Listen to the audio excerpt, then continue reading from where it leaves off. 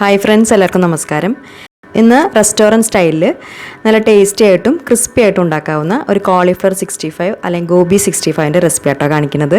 ഒരു സ്റ്റാർട്ടറായിട്ടോ അല്ലെങ്കിൽ ഈവനിങ് സ്നാക്കായിട്ടൊക്കെ കഴിക്കാൻ പറ്റിയിട്ടുള്ള നല്ല ടേസ്റ്റി ആയിട്ടുള്ള റെസിപ്പിയാണ്. അപ്പോൾ അതിന് വേണ്ടിയിട്ട് ഒരു ചെറിയ കോളിഫ്ലവർ എടുത്തിട്ടുണ്ട്. ക്ലീൻ ചെയ്ത് കട്ട് ചെയ്ത് വന്നപ്പോൾ ഏകദേശം ഒരു 300-320 ഗ്രാമൊക്കെ ഉണ്ടാവും. ഇതുപോലെ കുറച്ചൊന്ന് ചെറിയ കഷ്ണങ്ങളായിട്ടാണ് കട്ട് ചെയ്തെടുത്തിട്ടുള്ളത്. അങ്ങനെയാകുമ്പോൾ അത് വറുത്തെടുക്കുമ്പോൾ പെട്ടെന്ന് തന്നെ വെന്ത് കിട്ടും. ഇനി ഇത് നമുക്ക് ഒന്ന് വേവിച്ചെടുക്കണം. ഇതിൽ വല്ല പ്രാണികളൊക്കെ ഉണ്ടെങ്കിൽ അതൊന്ന് പോവാനും പിന്നെ ഒന്ന് സോഫ്റ്റായി കിട്ടാനും വേണ്ടിയിട്ട്. അപ്പോൾ ഒരു പാത്രത്തിൽ ഇതുപോലെ കുറച്ചധികം വെള്ളം തിളപ്പിക്കാനായിട്ട് വെച്ചിട്ടുണ്ട്. അതിലേക്ക് ആദ്യം കുറച്ച് മഞ്ഞൾപ്പൊടിയും അതുപോലെ തന്നെ കുറച്ച് ഉപ്പ് ഇട്ട് കൊടുത്തിട്ട് വെള്ളം ഇതുപോലെ നന്നായിട്ട് തിളച്ച് വരുമ്പോൾ ഈ കോളിഫ്ലവർ അതിലേക്ക് ഇട്ട് കൊടുക്കാം. അതിനുശേഷം അത് ഏകദേശം 1 മിനിറ്റൊക്കെ ഒന്ന് നന്നായിട്ട് തിളപ്പിച്ചെടുക്കുക. ഒരുപാട് അങ്ങോട്ട് വേവിച്ചെടുക്കേണ്ട ആവശ്യമില്ല, ജസ്റ്റ് ഒന്ന് സോഫ്റ്റായി കിട്ടിയാൽ മാത്രം മതി. ഒരുപാട് അങ്ങോട്ട് വെന്ത് കഴിഞ്ഞാൽ നമുക്കതിൽ മസാലയൊന്നും കോട്ട് ചെയ്തെടുക്കാൻ പറ്റില്ല, പെട്ടെന്ന് അങ്ങോട്ട് പൊടിഞ്ഞു പോവും. ജസ്റ്റ് ഒന്ന് അങ്ങോട്ട് സോഫ്റ്റായി വന്നാൽ മാത്രം മതി. ഏകദേശം 1 മിനിറ്റൊക്കെ ഒന്ന് തിളപ്പിച്ചതിന് ശേഷം ഫ്ലെയിം ഓഫ് ചെയ്തിട്ട് അത് വെള്ളത്തിൽ നിന്ന് ഊറ്റിയിട്ട് അതുപോലെ ഒന്ന് മാറ്റി വയ്ക്കാം. ഇനി ഇതിൻ്റെ മാരിനേഷന് വേണ്ടിയിട്ട് ഒരു ബൗളിലേക്ക് ആദ്യം 1 ടേബിൾ സ്പൂൺ ഇഞ്ചി വെളുത്തുള്ളി പേസ്റ്റ് ഇട്ട് കൊടുക്കാം. ഒരു 2 ടീസ്പൂൺ മുളക് പൊടി. നമ്മൾ കാശ്മീരി മുളക് പൊടിയാണ് എടുത്തിരിക്കുന്നത്. സാധാരണ മുളക് പൊടി എടുത്താലും മതി. അപ്പോൾ നമ്മുടെ എരിവിനനുസരിച്ച് ചേർക്കുക. 1 ടീസ്പൂൺ മല്ലിപ്പൊടി, ഒരു 1/4 ടീസ്പൂണിൻ്റെ പകുതി മഞ്ഞൾപ്പൊടി. മഞ്ഞൾപ്പൊടി ചേർത്തിട്ടാണല്ലോ നമ്മളിത് വേവിച്ചിട്ടുള്ളത്, അപ്പോൾ വളരെ കുറച്ച് തന്നെ ചേർത്ത് കൊടുത്താൽ മതി. അതിന് ശേഷം ഒരു 1/2 ടീസ്പൂൺ കുരുമുളക് പൊടി ചേർത്തിട്ടുണ്ട്. 3/4 ടീസ്പൂൺ പെരിഞ്ജീരകപ്പൊടി, ഒരു 1/4 ടീസ്പൂണിൻ്റെ പകുതി കായപ്പൊടി, പെരുങ്കായത്തിൻ്റെ പൊടി. കായത്തിൻ്റെ പൊടി ചേർക്കുമ്പോൾ നല്ലൊരു ഫ്ലേവർ കിട്ടും. അതിനുശേഷം പിന്നെ 1 ടേബിൾ സ്പൂൺ ടൊമാറ്റോ സോസും 1 ടേബിൾ സ്പൂൺ തന്നെ ചില്ലി സോസും ചേർത്തിട്ടുണ്ട്. ഇത് രണ്ടും ചേർത്തിട്ടില്ലെങ്കിലും കുഴപ്പമില്ല, പക്ഷേ കയ്യിലുണ്ടെങ്കിൽ എന്തായാലും ചേർത്ത് കൊടുക്കുക. പിന്നെ അതിന് ശേഷം പിന്നെ നാരങ്ങ നീരാണ് ചേർത്ത് കൊടുക്കുന്നത്. അത് പുളി നോക്കിയിട്ട് ആവശ്യത്തിനനുസരിച്ച് ചേർക്കുക. ചെറുതായിട്ടൊരു പുളി ഉണ്ടെങ്കിലാണ് ഇത് കഴിക്കുമ്പോൾ നല്ല ടേസ്റ്റ് ഉണ്ടാവുക. അതൊരു 1 ടേബിൾ സ്പൂൺ വരെയൊക്കെ ചേർത്ത് കൊടുത്തിട്ടുണ്ട്. അതിനുശേഷം പിന്നെ ആവശ്യത്തിനുള്ള ഉപ്പ് ചേർത്ത് കൊടുക്കാം. ഉപ്പ് ചേർക്കുമ്പോൾ ശ്രദ്ധിക്കണം, ആ സോസിലൊക്കെ അത്യാവശ്യം ഉപ്പുണ്ടാവും. പിന്നെ അതുപോലെ തന്നെ നമ്മൾ കോളിഫ്ലവർ വേവിക്കുമ്പോൾ കുറച്ച് ഉപ്പ് ചേർത്തിട്ടുണ്ട്, അപ്പോൾ നോക്കിയിട്ട് ആവശ്യത്തിനനുസരിച്ച് ചേർക്കുക. അതിനുശേഷം പിന്നെ അവസാനമായിട്ട് കുറച്ച് കറിവേപ്പില ചെറുതായി അരിഞ്ഞതും കുറച്ച് മല്ലിയില ചെറുതായി അരിഞ്ഞതും കൂടി ചേർത്തിട്ട് എല്ലാം കൂട്ടിയിട്ട് ഇതുപോലെ നന്നായിട്ടൊന്ന് മിക്സ് ചെയ്തെടുക്കുക.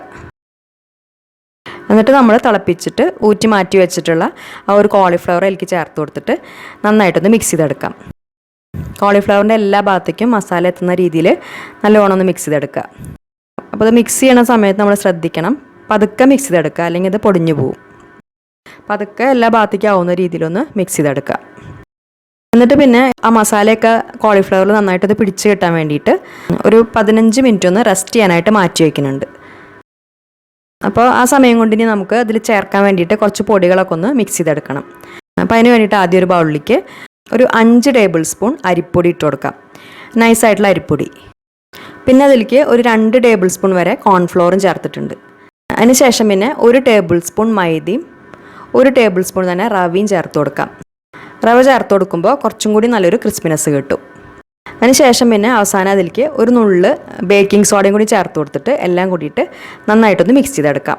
ഇപ്പോൾ ബേക്കിംഗ് സോഡ നമുക്ക് വേണമെന്നുണ്ടെങ്കിൽ മാത്രം ചേർത്ത് കൊടുത്താൽ മതി. അത് വറുത്തെടുക്കുമ്പോൾ നന്നായിട്ടൊന്ന് പൊങ്ങി നല്ലൊരു ടെക്സ്ചർ കിട്ടാൻ വേണ്ടിയിട്ടാണ്. ഇനി മിക്സ് ചെയ്ത് വെച്ചിട്ടുള്ള പൊടി നമ്മൾ റെസ്റ്റ് ചെയ്യാൻ വെച്ചിട്ടുള്ള ആ ഒരു കോളിഫ്ലവറിലേക്ക് ചേർത്ത് കൊടുക്കാം. അതിനുശേഷം പിന്നെ അതിലേക്ക് 1 ടേബിൾ സ്പൂൺ ഓയിൽ ചേർത്തിട്ടുണ്ട്, റീഫൈൻഡ് ഓയിൽ.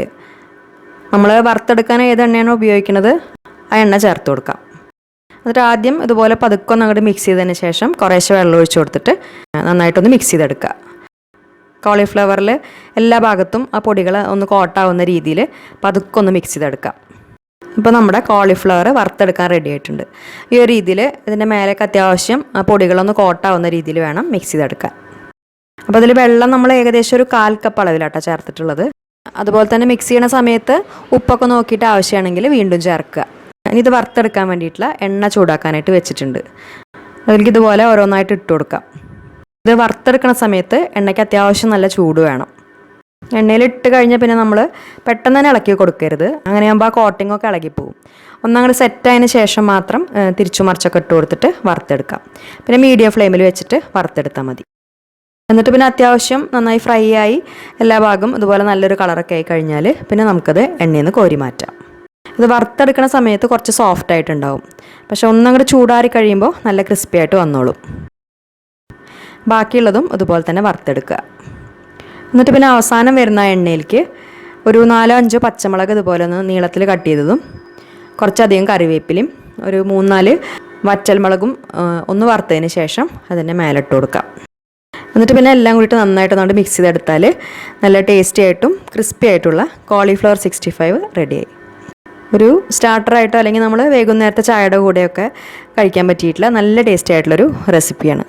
അപ്പോൾ ഈ രീതിയിൽ ചെയ്യാത്തവരുണ്ടെങ്കിൽ എന്തായാലും ഉണ്ടാക്കി നോക്കുക. എന്നിട്ട് ഫീഡ്ബാക്ക്സ് മറക്കാതെ അറിയിക്കുക. പിന്നെ വീഡിയോ നിങ്ങൾക്ക് ഇഷ്ടപ്പെട്ടാൽ ലൈക്ക് ചെയ്യുക, ഫ്രണ്ട്സിനും ഫാമിലിക്കും വീഡിയോ ഷെയർ ചെയ്ത് കൊടുക്കുക. അതുപോലെ ചാനൽ ഇതുവരെ സബ്സ്ക്രൈബ് ചെയ്യാത്തവരെ മറക്കാതെ ഒന്ന് സബ്സ്ക്രൈബ് ചെയ്ത് സപ്പോർട്ട് ചെയ്യുക. അപ്പോൾ നല്ലൊരു റെസിപ്പി വീഡിയോ ആയിട്ട് ഇനി വീണ്ടും കാണാം. താങ്ക്